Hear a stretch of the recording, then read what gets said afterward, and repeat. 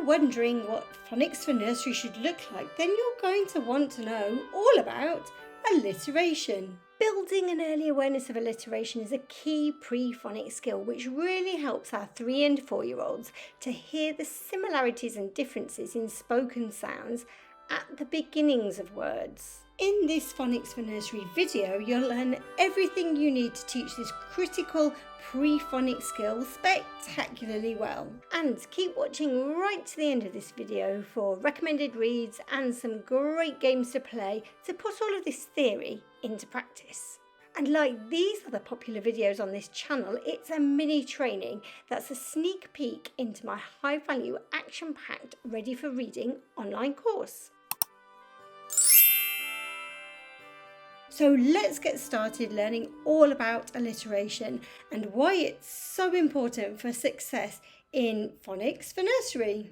Alliteration is when you've got 2 words next to each other which begin with the same sound, like dirty dog or bouncy bunny. And how alliteration prepares children for phonics is that listening to and identifying when 2 words begin with the same spoken sound and when they don't.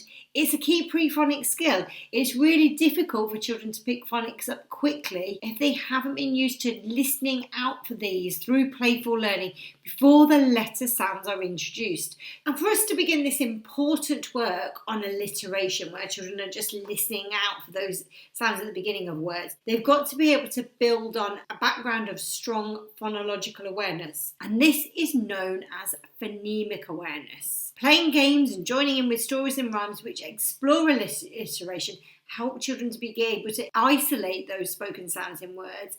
And that is what a phonemic awareness is being able to know that words are made up of phonemes, which is a technical way of saying spoken sounds. Children who've got well-developed phonemic awareness can hear all of the smallest units of spoken sounds in words, and they can say all of those smallest units of spoken sounds in words too. Alliteration is when you've got 2 words next to each other which begin with the same spoken sound. Stinky socks, pink pants, naughty gnome, or physically fit. These don't have to begin with the same written letter, but with the same spoken sound. So naughty gnome would be a really good emphasis of this. Naughty gnome, the n sound is the same.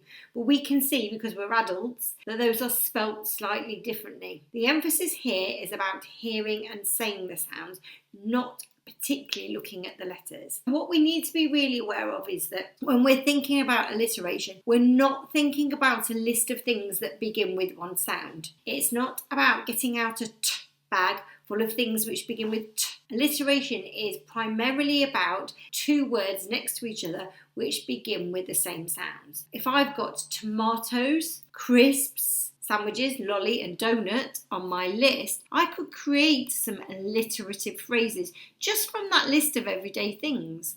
I could turn these into tasty tomatoes, crunchy crisps, salad sandwiches, a lemon lolly and a delicious donut.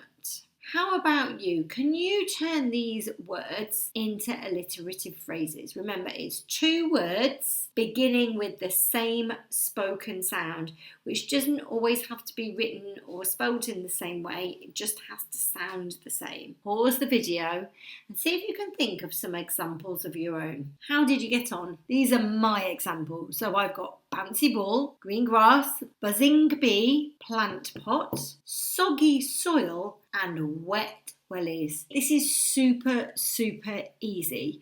But what I would suggest is you really think about the words and the alliteration that you want to use before you start, because trying to think of things sometimes on the spot can be quite hard. Tongue twisters are brilliant for teaching alliteration.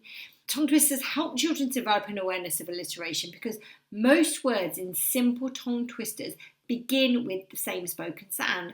And because of that, they create this great workout for the mouth too. So your final job for this chapter is to try out some tongue twisters of your own. These are brilliant because they're going to help children to prepare for reading by developing vocabulary, because there might be new words in the tongue twisters that you pick, articulating speech sounds, so pick tongue twisters and say tongue twisters with children using speech sounds that you know that they're finding difficult. They're really good for helping children to remember words in order. I like to use a microphone and do like karaoke tongue twisters, and also tongue twisters are a great and simple idea to share with parents because they wouldn't necessarily see these as a pre-reading skill, but they are actually really, really helpful. So there you have it, a super speedy introduction into alliteration if you're introducing phonics for nursery. And if you're introducing alliteration to preschoolers, then stories are a perfect place to start. Here are just a few brilliant examples of books which are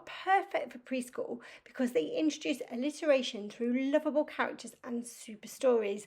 They're all linked in the description below with my free instantly downloadable Pre-phonics book list, full of clickable links and over 100 books to get started with your 2, 3 and 4-year-olds straight away.